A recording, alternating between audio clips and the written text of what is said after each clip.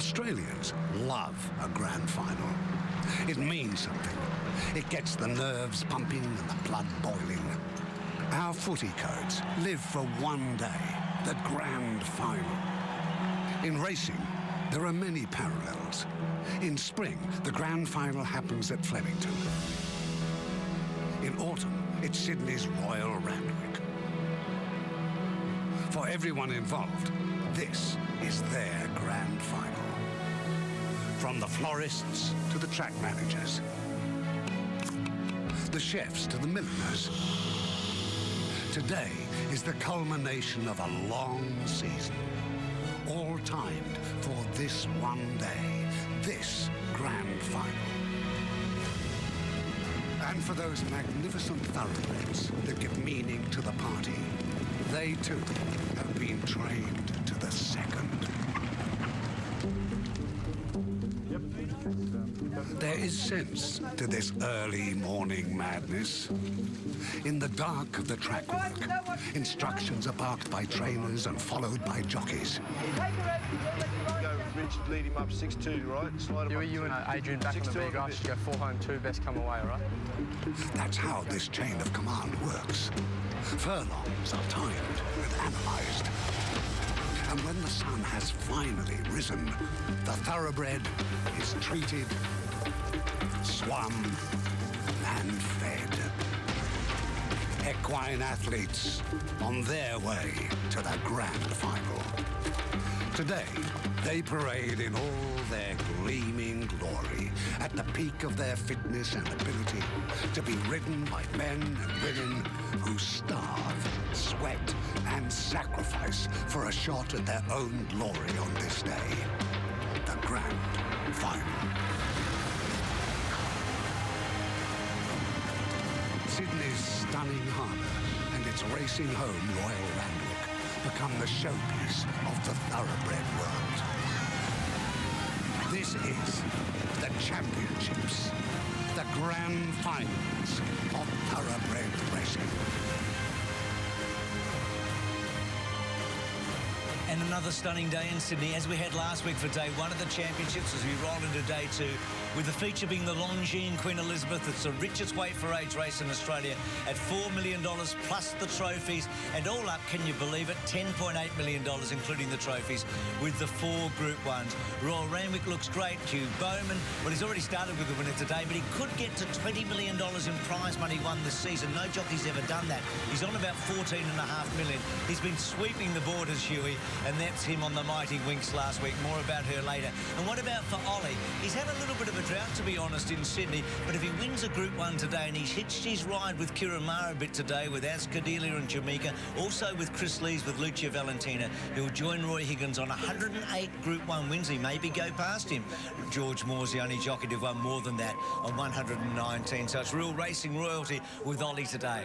Hello, welcome to Royal Randwick. It feels royal, it really does. It is a championship day, a grand final day, as we said. Wonderful horses, and I'm with Simon and Simon. And do you know what? Of all those Group 1 races, I love an Oaks, and we've got a good one today. We certainly have. Ollie will have to have all these special abilities on board Jamaica. Her last 3 races have been at Group 1 level. She has drawn barrier 12, 14 and 12. Today in the Oaks, she will jump from barrier 14. He'll need all these special qualities, so will she. But I think today we will crown her the best 1.5 mile filly in the country. And Sim, the Kiwis are here to take it away from Jamaica too. Some wonderful 3-year-old fillies. They've already taken out the 3-year-old Derby with Tavago. The Coolmore Legacy, the Group 1 for fillies and mares. It's as tough as Ronda Rousey to pick the winner in that, but we'll have a crack. And strap yourself into the recliner, folks, for the Sydney Cup. It's a test of 3,200 metres, and I'm leaning towards Grand Marshal. I wonder why. But the race for me today is the Queen Elizabeth. Weight for age racing at its best. And we've got the best horses there, but will Preferment, boys, continue his dominance, or will Criterion bow out as a back-to-back winner of the race and become a daddy and go to stud? Simon won at Queen Elizabeth. No wonder he's keen on it. I can remember. It was a brilliant ride, as always. So here's the program today. A total of 21 scratchings, but one of those occurred in the first today. A lot of the emergencies are out, and not too many key scratchings. I guess our Ivanhoe was the biggest one during the week. We get towards the Group 1s with the James Bogue, Australian Oaks, and then we get to the Swept Sydney Cup, the Coolmore Legacy Stakes, the Longines Queen Elizabeth, the Jewel in the Crown. We start here at Randwick behind English, who ran third in the Galaxy, I think it was. Yeah, the Galaxy Group 1. That's very good odds for Kinglike if he's back to somewhere near his best, and he looked like it in the yard. Well, this can be a stallion-making race. It has all the potential for it. Could a filly upset them? Here's Darren Flindell for the Arrowfield. To the outside draw, and we're all set now. Ready for the Arrowfield. Japanisma is the favourite, and they're off and racing, and Gasoni from the outside draws, jumped about midfield. Petit Falou won the start. Takedown and Kinglike are showing plenty of speed, and Spill the Beans is mustering to join them. Bassett Park's just behind from Egyptian Symbol, then came further back to Hellbent on the rails. Stellar Collision deeper out from Spieth, counter-attack. McDonald's gone back to second last on Gasoni, and 3 lengths away to Lake Geneva. Kinglike takes up the running from Takedown, and Petit Falou caught 3 deep on the outside at Japanisma and Spill the Beans. A length and a half further back to Bassett around Egyptian Symbol. Counter-attack deeper out from Hellbent. Then Stellar Collision from Spieth. Gasoni's back towards the inside running rail. One off it as they turn. Kinglike in front from Takedown, Japanisma. Bowman rides very confidently from Egyptian Symbol. Spill the Beans, wider out Petit Falou, and then Hellbent making ground on the rails. Japanisma being called upon now. It goes up to join Kinglike. Counter-attacks running on. Gasoni's looking for the run behind them. Japanisma just in front from counter-attack. Japanisma from counter-attack. Japanisma's clinging on. Oh, he switched legs right on the post. I think he got in Japanisma, but counter-attack took advantage and lunged. Kinglike possibly third from Takedown, and poor Gasoni couldn't get out of a pocket. Then Egyptian Symbol, Spill the Beans, Spieth, Lake Geneva, Stellar Collision, Bassett, Hellbent, Petit Falou's covered ground and finished last. It's a photo finish. That's a brilliant call by Darren Flindell, and he's been criticised a bit over the last year or so, I think unfairly. He just summed that up so perfectly. That horse did change leads, counter-attack, did try to take advantage. Jasoni couldn't get out of the pocket, and we're waiting for the photo finish, and he has won. It's Chris Waller, first and second, and it's Huey Bowman yet again. Huey Lewis in the news. We love him, don't we? I'll tell you what, let's wait to the head-on. Let's have a look at the head-on. There's a bit of movement here. Japanese could be approached. Takedown, Kinglike, all came together. Then counter-attack on the outside, shifts in. Look at the all blue behind the pink. Look at Jasoni trying to get out. She's got nowhere to go. Do these horses come together on the line? The pink and the black on the outside of Japanisme. Huey Bowman just pulls that left rein outwards. Counter-attack doesn't go near him. All clear. Jasoni very stiff back in behind the filly. Let's have a look at a clear vision right here, Simon O'Donnell. Nicely bunched. Kinglike leads. I think Huey got a bit of a shock here. He travelled into the race as if he was the winner. I thought he was even travelling better than Jasoni in the blue behind him. Counter-attack just on the outside. Takedown, a good effort. He really stuck to his task. When Huey asked Japanisme to go, there wasn't a hell of a lot there. I think he thought he was just going to put a length and a half on them and hold them for the rest of the race. But he had to dig deep, both horse and jockey. Good effort from the second and third horse. And, of course, look at the filly there in the blue. Just didn't get a crack. And when horses change stride like that, they're out of petrol, they're out of tickets, so they're looking to just change legs, like a dog or a cat would when they're turning, just to try and find some reserved energies from somewhere. Look at him try hard. He's a class horse, this guy. He's a Group 1 winner. He's had 4 cracks at Group 1 level. He's won one and been third twice. Today gets his Group 2. Takes his prize money to over $1 million. They are some of the most famous colours in Australian racing. And the Inghams, Deb Capitas now, the daughter part of this, as we see Chris Waller. The Inghams a big part of Chris Waller's life, Richo, that's for sure. Yeah, they certainly have. The Ingham family, just Bruce McAvaney saying what a close association we've had with the Ingham family since you started another Group win there. Yeah, they've been very special to me. They came to me before I had a Group 1 winner, so...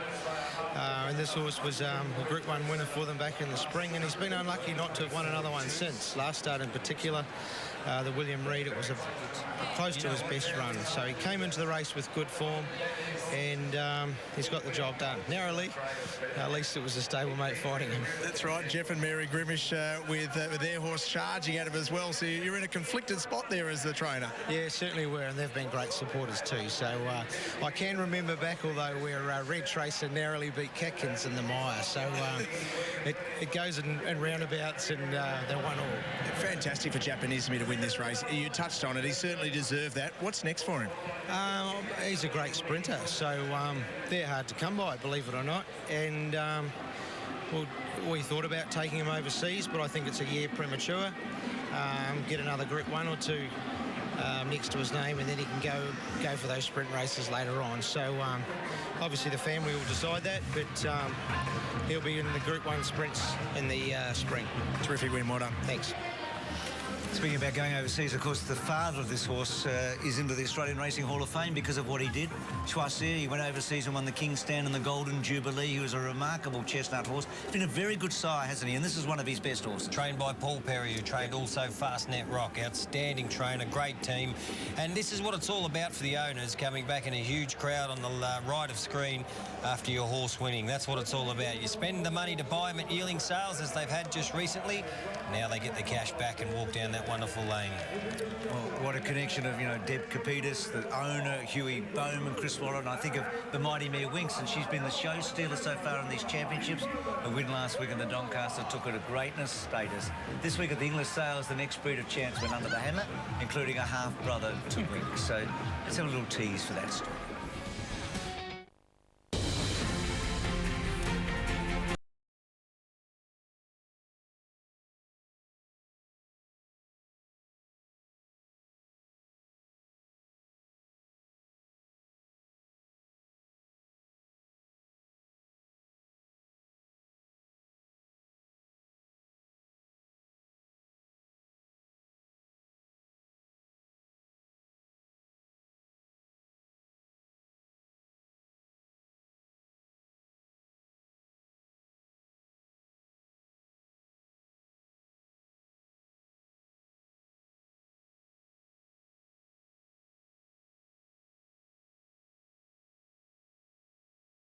More start, counter-attack, tanked out just terrific, and the first score was 2,587. Huey Bowman's got 3 winners today. He's with Richo. Well, here were your big 3, and that would give you a lot of satisfaction. A horse who was certainly due that. Yeah, it certainly was. Look, he put the writing on the wall how good he was when he was beaten well by Exmosphere here sort of last year in the springtime, and he went to Melbourne. He won the Coolmore down there, and he's a genuine Group 1 horse, and he met a field probably that lacked the depth of the horses he's been meeting in the past few starts, but he had a bit of a look around late to the post. He gave me a bit of a scare, but no, he got the job done. That's right, and 3 amazing wins for you, and fingers crossed, more to come with that man, CJ Waller.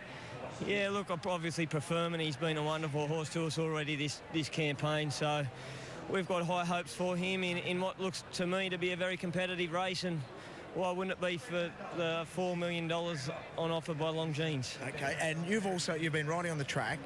Does the track suit preferment? Because there was a concern that it was going to be a little wet for him. Yeah, look, he's better on top of the ground, but he raced here before he went and won the Turnbull in the springtime, and he won in worse conditions than this.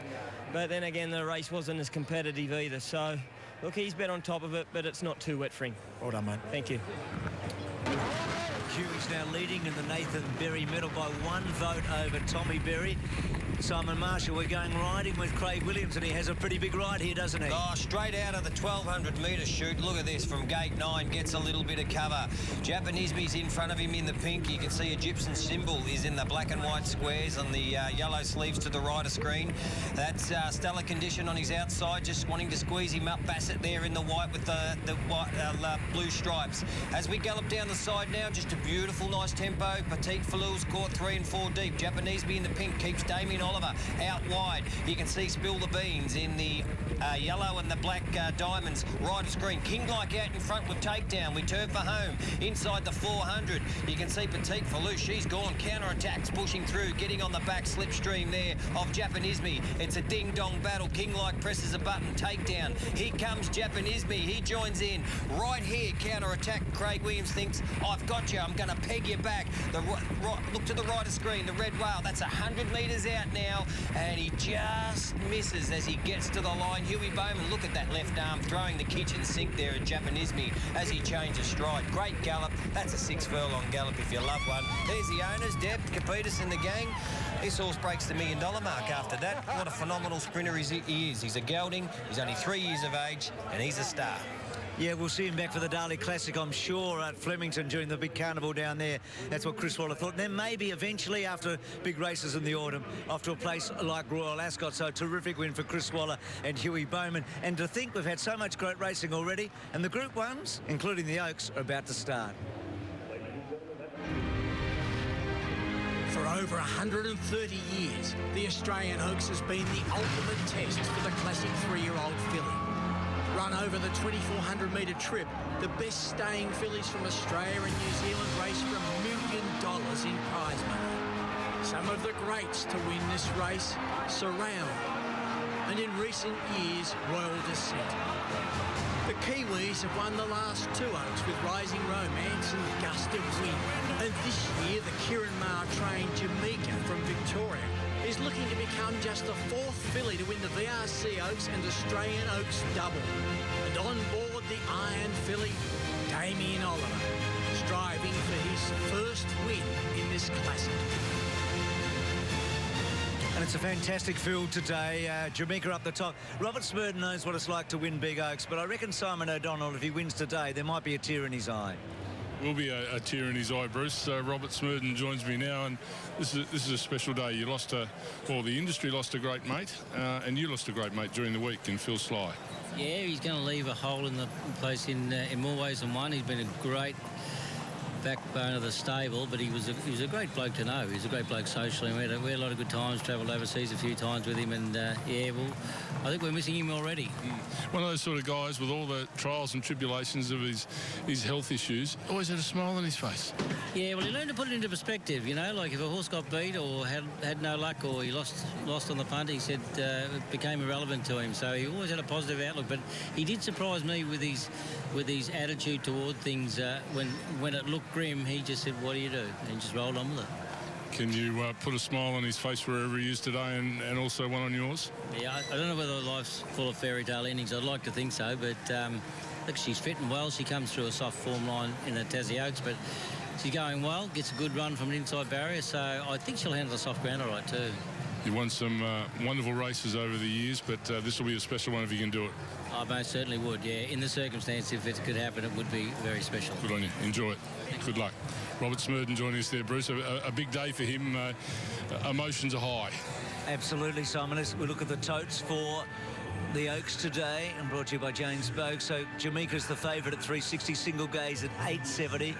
Onesta's in the market, then the New Zealanders, Valley Girl, Sophia Rose. A Diamond Maid who won a big odds last start.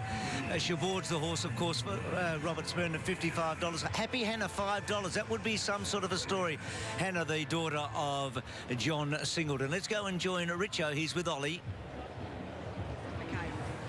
Well, I'm joined by champion jockey and Damien Oliver. What should be a super day, mate. Let's talk about 2 of Kieran Maher's. Firstly, as Cadelia on the quick backup. Do you think it'll suit? Yeah, well, it hasn't bothered her in the past. She ran really well Cox Plate Day and backed up terrifically on Derby Day. Was a bit unlucky in the mire. So, you know, she's ran super here in the Doncaster. Doesn't mind the soft ground, so I think she's done well during the week. Expect a big run from her. Talking about a backup, Jamaica. I mean, she just looks the obvious, and she was fantastic against the boys, now back against the girls. Yeah, she was a bit unknown with her. We haven't backed her up before, but as you said, super run in the Derby. She keeps drawing the wide gates, which aren't helping, but, you know, if she reproduces that run from the Derby, we expect her to be right there again. And you go and put her right on the pace like she has in the past? Yeah, look, I probably will. I'll just see how the day unfolds a little bit first, but that's probably the likely scenario. Are you a stats man? Do you know that if you get one more Group 1, you equal the great Roy Higgins, you know, one of your great idols? Oh, really? really. I didn't know that, but that would be a huge honour to share that feat with Roy, who's a wonderful man and a great jockey as well. Good luck, buddy. Thanks, mate. So maybe a bit of history beckons for Ollie today here at Royal Randwick. Well, the fillies of the future, well, they're racing today in the Oaks and the Colts, of course, in the Derby last week. It was all about that at the English sires, or the sales, I should say, this week. And can you believe it? A $2.3 million colt goes, a half-brother by Stitzel, to the mighty Winks. And Gai Waterhouse was front and centre.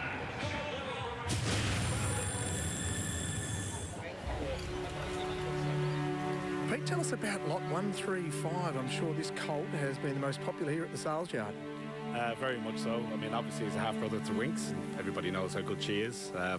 Probably importantly for us, his full brother, Il Divino, won the kindergarten on Saturday. So the mare, I think, is going to be one of, we call them blue hen mares, where they just, no matter what stallion they go to, they throw a good racehorse. And this fella, I think, is as good as Winks, if not better, at the same age. How many times has he been out of his box walking around in front of people? Well, at the moment, he's already been out 160 times, which is a lot. It seems nothing. It's a walk for a horse, but it's a lot for a young horse. It's always interesting to see how they handle the pressure of a sale, and he's like a professional. He's just got the perfect temperament to be a racehorse. He posed in front of our cameras as though, I know my sister's a superstar, you're just waiting to see me.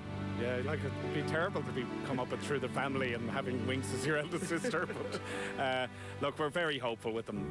He ticks every box as far as pedigree, his looks.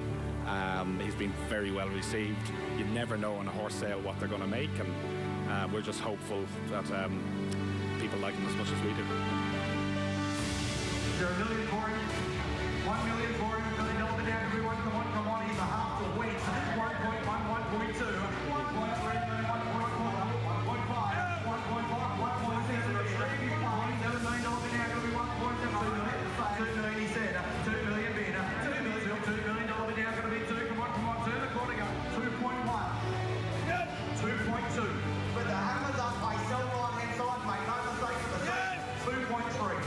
Selling front, selling out for 2.3 million.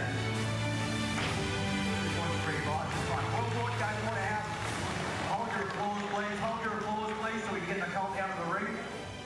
Amazing result, 2.3 million. In your heart of hearts, what did you think that you were going to get for this colt? Well, quite honestly, an hour beforehand, we thought around 1.3 to 1.5 would have been great. So, and we bring the horses here to sell, so we put him on at $1 million. That was a reserve. So, when he got on the market and the $2 million barrier got hit, we thought, well, this is fairly serious. So, thrilled is an understatement.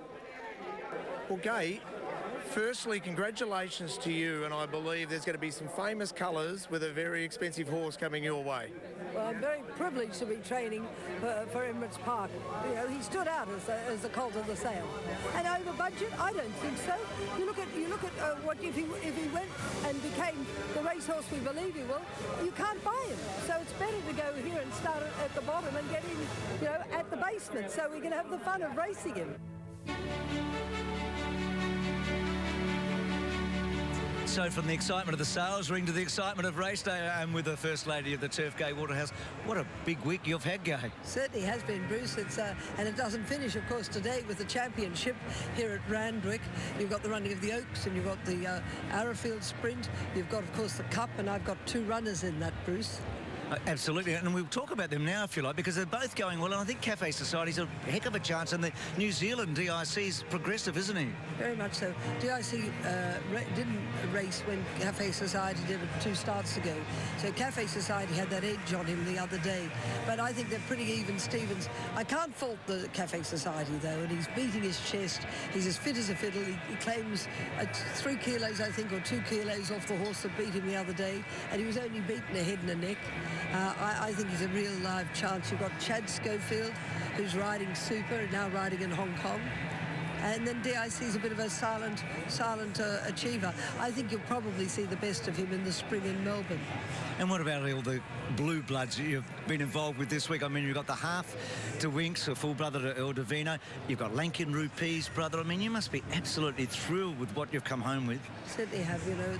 I was privileged enough to be able to be chosen to train these horses. I think that Winks' brother is quite different to him, more like Winks, the great mare. And Lankan Rupee is just a very sexy, beautiful horse. Both colts are dreams, and we were able to secure some other lovely horses there too. So, Gay, when I read that Gay Waterhouse is quietening down and things like that, and then I see this week, I just know that's not true. Well, you should have learned long ago, Bruce, never to believe what you read in the papers. Well, I do sometimes, Gay, but I know one thing, you'll always be around and a formidable force. I hope so. Terrific, Gay. Horses in the mounting yard now for the Oaks. We're going to take a quick break and be back.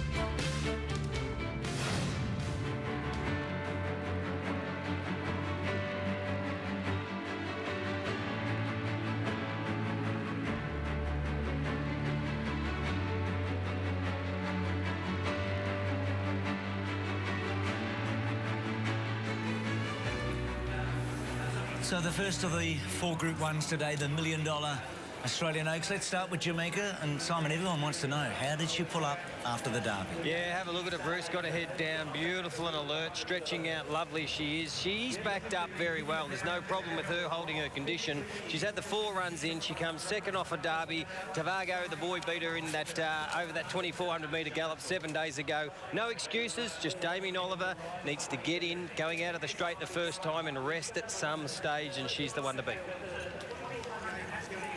And Kira Ma, the trainer, joins me. What are the tactics?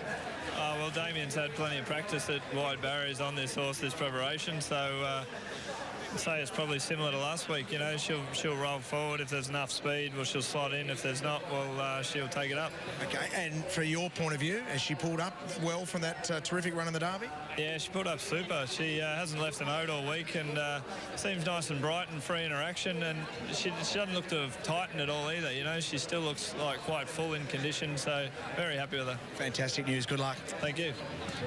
Well, Single Gaze won the Group 1, the Vinery. Good lead up. Oh, what a story for Nick Olive and Kathy O'Hara here, eh? Yeah, she's had 6 runs, Bruce, and, you know, that was her peak run last start, wasn't it? Winning back-to-back races and her Group 1. Look, she's nice and alert. Just sweating up a little bit there on the neck. She's a fine filly. She looks perfect mile to mile and a quarter race. So I've got one question mark. That's the end of 2,400 metres for her. She's got that beautiful sitting sprint. She'll give it every chance. I think Anesta gets the 2,400 all right. She was good in the Oaks in Melbourne. Yeah, I think that's a key ingredient to what we're going to see from Anesta today. She'll enjoy the extra journey. I think she needs sting out of the ground. There's a little bit out of the ground.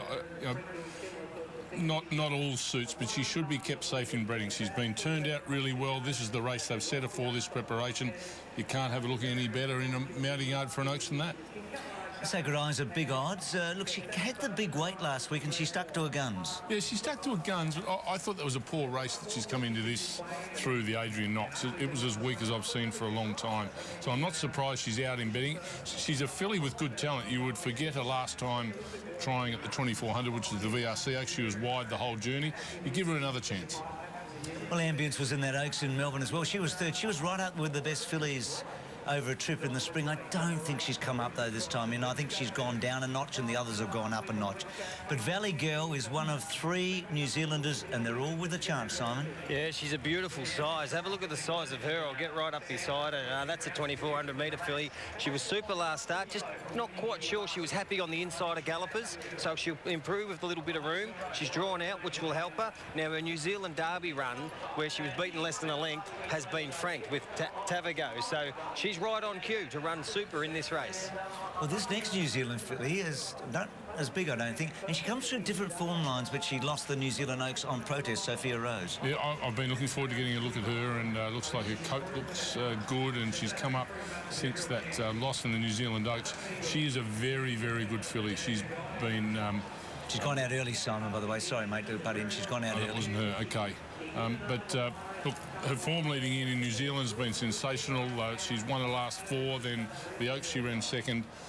The Kiwis do so well, and there we are. We're getting a quick look at her now, and she gets a little head up, so out she goes. But, well, Kiwis love coming over here and winning big races during the autumn. I hope that fella lets go in a moment, or he's going to be down the end of the straight. And the bloke on her is riding pretty well, Huey Bowman. Look, Diamond Maid, it did look an average Adrian Knox, but I've got to say, the Adrian Knox normally holds up. Gusta Wynn was 4th in the race last year, wins. I thought she was impressive. I think she's, you know, a roughie with some hope. She was a maiden before last week, so we will see. Alaskan Rose was favourite in that race, and she finished strongly. She was only beaten a length. I thought it was probably the best run of the race with the winner. So she's only won 2 races. They were the first 2 starts in her career, but she's coming to hand pretty well. What about Capella, the third of the New Zealanders? And their form lines sort of mix and match, don't they, a bit? They do. Well, it wasn't a bad run in the Vinery, and this filly took them on in the New Zealand Derby, not the Oaks. So it has been taking on the boys back to her own sex today. You think is a plus for her, and she's been kept safe in betting. Looks well in the yard.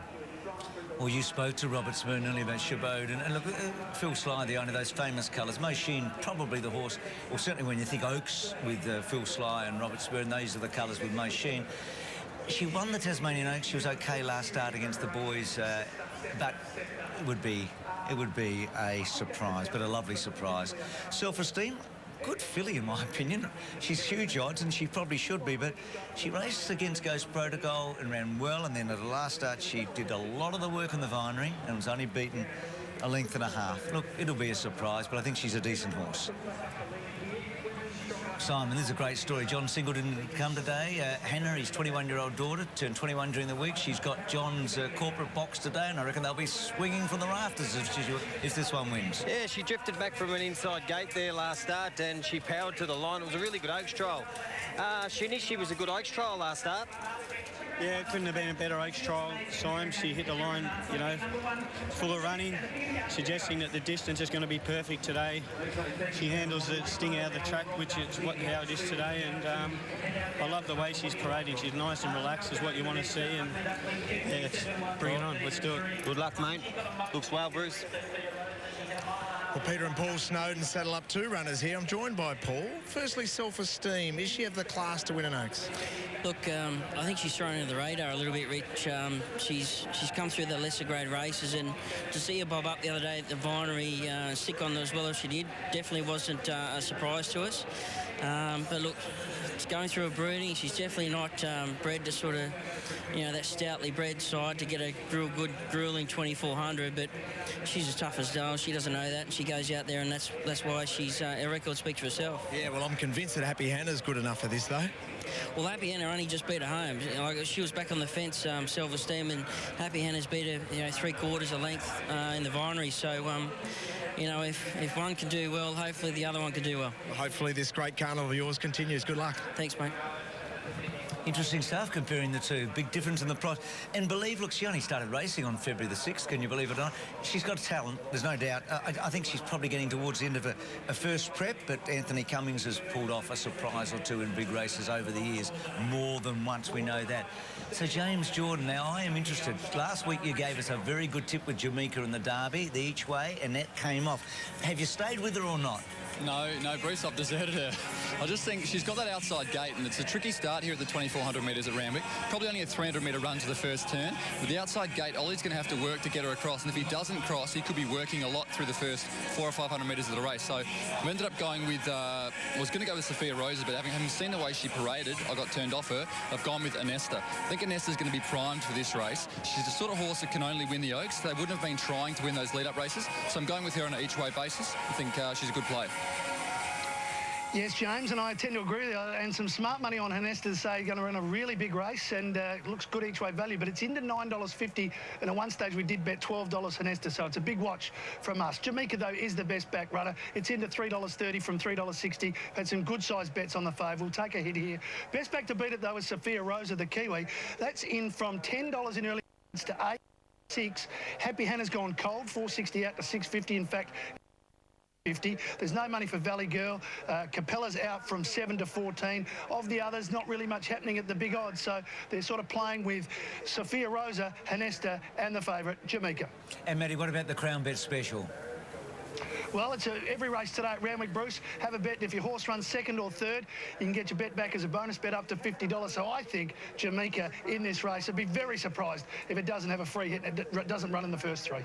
Well, she's so consistent, you are so right. Let's see if it plays out that way. And for Ollie, well, this would be big, wouldn't it, to draw level with the great Roy Higgins on 108 Group 1 wins. We'll find out all about it after this.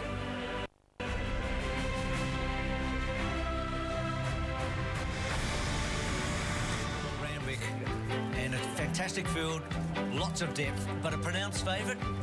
Let's go to Crown Bet. Matthew Campbell, the market mover. Once again, it's James's tip. Bruce, Hanesta has come in another full $1 since we last looked at it. So our market mover is the horse that was runner-up to Jamaica in the spring, Hanesta. In fact, 1, 2, 3 from Flemington in the Oaks are here today. So James Jordan goes Hanesta. That's his selection for the Oaks today. And I reckon for the first time today, the three experts, other than James, are all on the same page. It's about time you blokes jumped on board, Tim. I've been with you all day. You know that. Actually, I've been with you for over a month now. I just go where you go. Well, there she is on screen. She presented the best in the yard. She thrives on racing. She doesn't mind a wide barrier because she's got a big frame, big legs, big action. She likes to get her room early and then roll into it. Ollie will take the best part of 400 metres to get across and get her into a nice rhythm. One of the exciting things about this is that we all think Kieran Maher's a gun trainer, and he is, but he's taken a chance. He's raced this filly in the Derby. He's had to back her back. He's going to be proven to be brilliant in the next 5 minutes, or maybe we're going to say, gee, that filly was slightly over the top. That's what racing's about. So it's a challenge, and let's see if Kieran has pulled the right rein. There's nothing to suggest that, Bruce. She's always a little toey before she races. She's not overly sweating. She looked fantastic in the yard. You know, horses are getting the end of their preps. You know, they tuck up and they look skinny, for want of a better way of putting it. They lose that roundness underneath their belly. Well, she's been able to keep it right throughout her preparation. I think that's a key to Kieran and his training methods. Coming from a jumping background, I think he gets such a good base into his horses early doors. They can handle long and strong preparation. Well, she'll become the 12th filly to win the Victoria Derby and the AJC Derby, and she'll become just as good as Research if she's able to back up from the Derby. Now, Research won the Derby. She was an amazing filly and then backed up and won the Oaks. So she was terrific, but it's a big job ahead of her, that is for sure. Grand Archway was also another super filly. So Believe we just saw Ronnie. I don't think Ollie, in fact, I can't find a winner for Ollie in an Oaks here, so this is big stuff, left, right and centre. There's the favourite, she's in the stalls. Let's go to Darren Flindell for the Australian Oaks. Could improve this preparation, and Believe goes in. And we're all set now, ready for the Australian Oaks. Stand by for a getaway. The favourite's drawn the outside gate, Jamaica. And she's a bit restless in the stalls. She settles better now. Good line, racing, and Capella's taken back at the start. No pace by Alaskan Rose. Self-Esteem, Valley Girl, Hanesta have all jumped well together with Ambience, Believe, Shabu. The favourite Jamaica's being snagged back to last.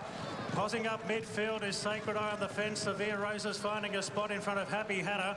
Then came Alaskan Rose. Single Gaze caught deep out of the straight. The favourite Jamaica's back second last, and Capella's the last one.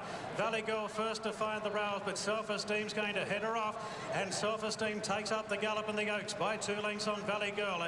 Ambience goes to third, Hanesta fourth without cover, followed then by Shabu on the inside of Believe. Further back to Diamond Maid, then Sacred Eye, Sophia Rosa. Then came Happy Hannah from Alaskan Rose, Single Gaze, Jamaica second last in a bit of a pocket and keen, and Capella is the last one. They run past the mile, and Self-Esteem is running along. Mark Zara lets her go. She's 4 lengths clear from Valley Girl. Believe goes into a clear third, followed by Hanesta. Ambience hugging the rails. 2 further back to Diamond Maid on the outside of Shabu. Then Sophia Rosa in the second half of the field. Sacred Eye back on the fence on the inside of Happy Hannah. Then Single Gaze from Alaskan Rose, Jamaica. I think Oliver takes off now, working down the back. He's getting a little bit closer in any case on Jamaica, and Capella is still back last. It's Self-Esteem coming back to the field at the 1,000 metre mark. A length clear from Believe in second, Valley Girl third. third. Then came Hanesta. Further back to Ambient. Sophia Rosa taking closer order. Then Diamond Maid from Happy Hannah. Shabu. Jamaica still back fourth last from Sacred Eye. And Capella is back last of all down the side of the track. And it's Self-Esteem in front from Valley Girl and Believe.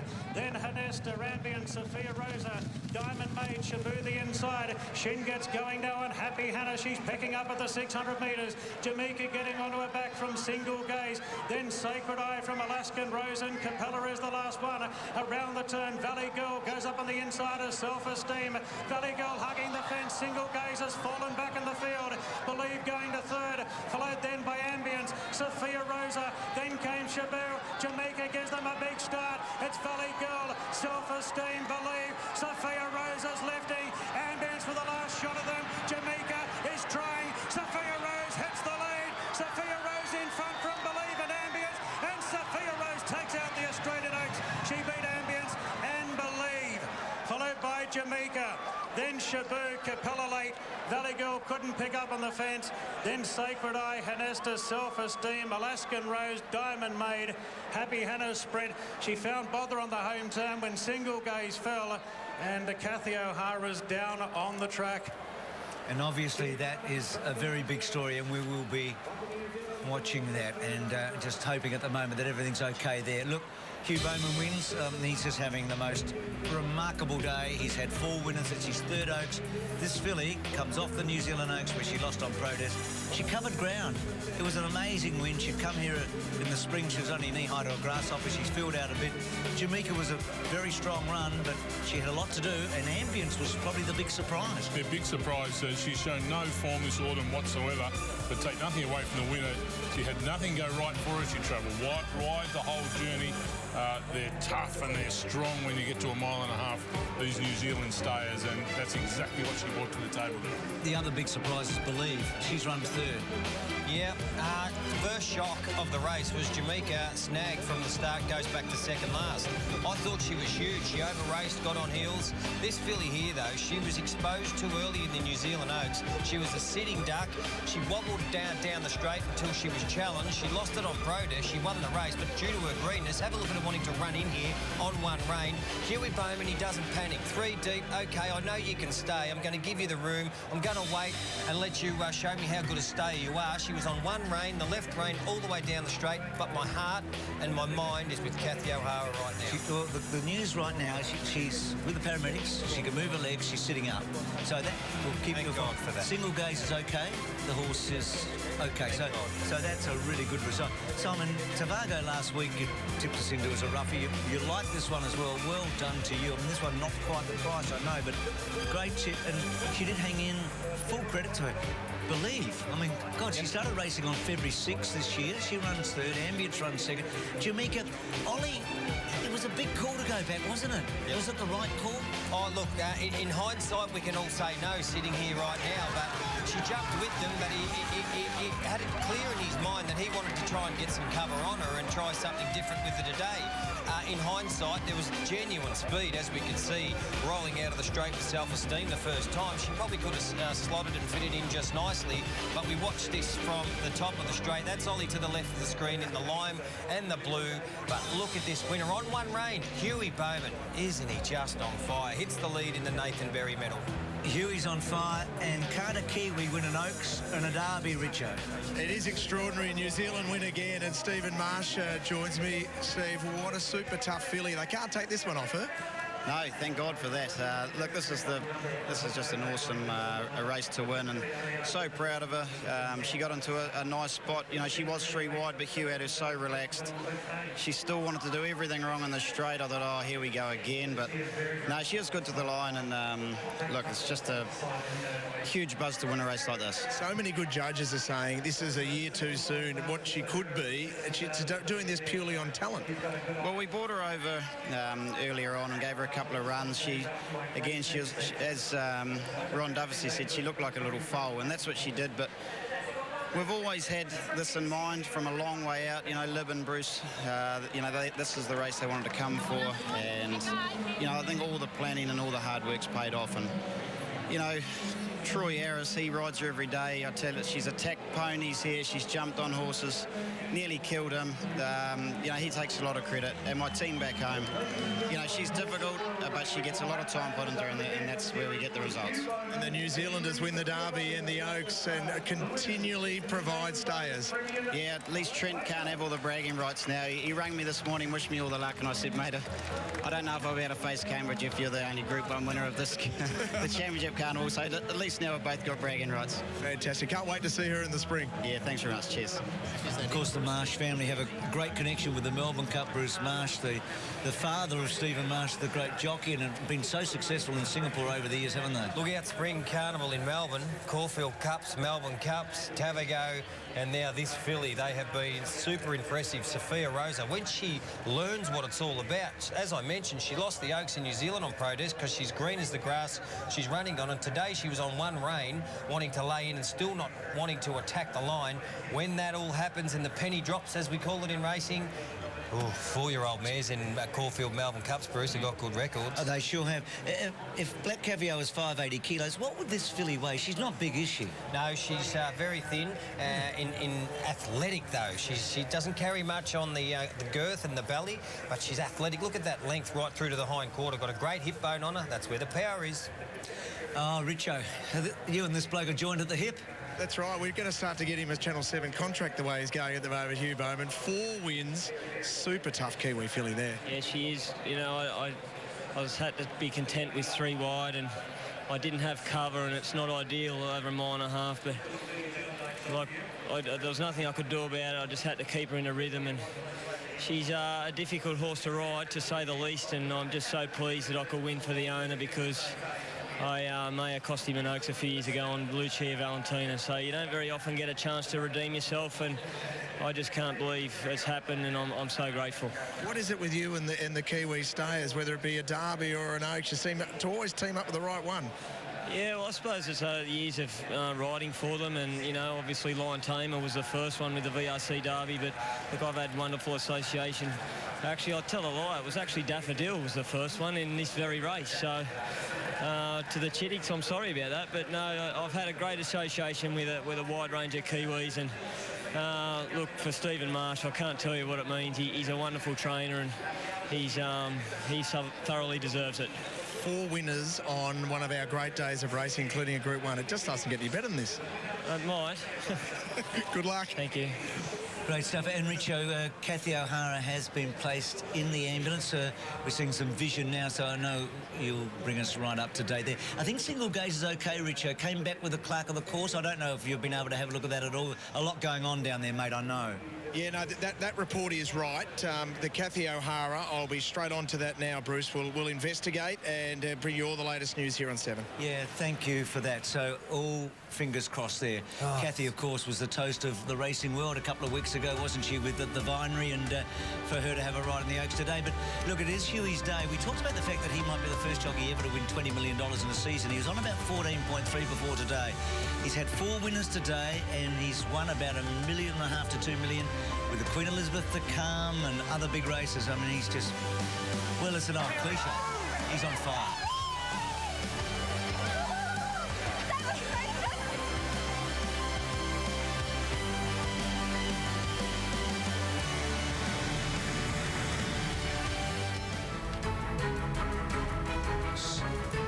Been running one, Sophia Rose, so Stephen Marsh, the trainer. His father, Bruce, won the 1971 Melbourne Cup as a jockey on Silver Night. Greg Templeton was the trainer there, so the Kiwis were going great guns in those days. Greys were winning too. Bagno Note was the year before, so correct weight after Royal Randwick. On the Oaks, Ambience was second, Believe was third, Jamaica was fourth, $34,642. Just that New Zealand Derby form stood up. Unbelievable. I mean, you're spot on. Well, actually, no, Sophia Rosa comes through the Oaks, of course, in New Zealand. Yeah. Tavago came through that, and the other fillies came through the Derby as well. So let's catch up now with Amanda. Well, this lady needs no introductions. Dami Im, you look incredible. Tell us about your look today. Thank you. I'm wearing the amazing Alchemy And yeah, I love this dress. I love alchemy. Now, you've got a very busy schedule ahead, don't you? Eurovision next month. How exciting.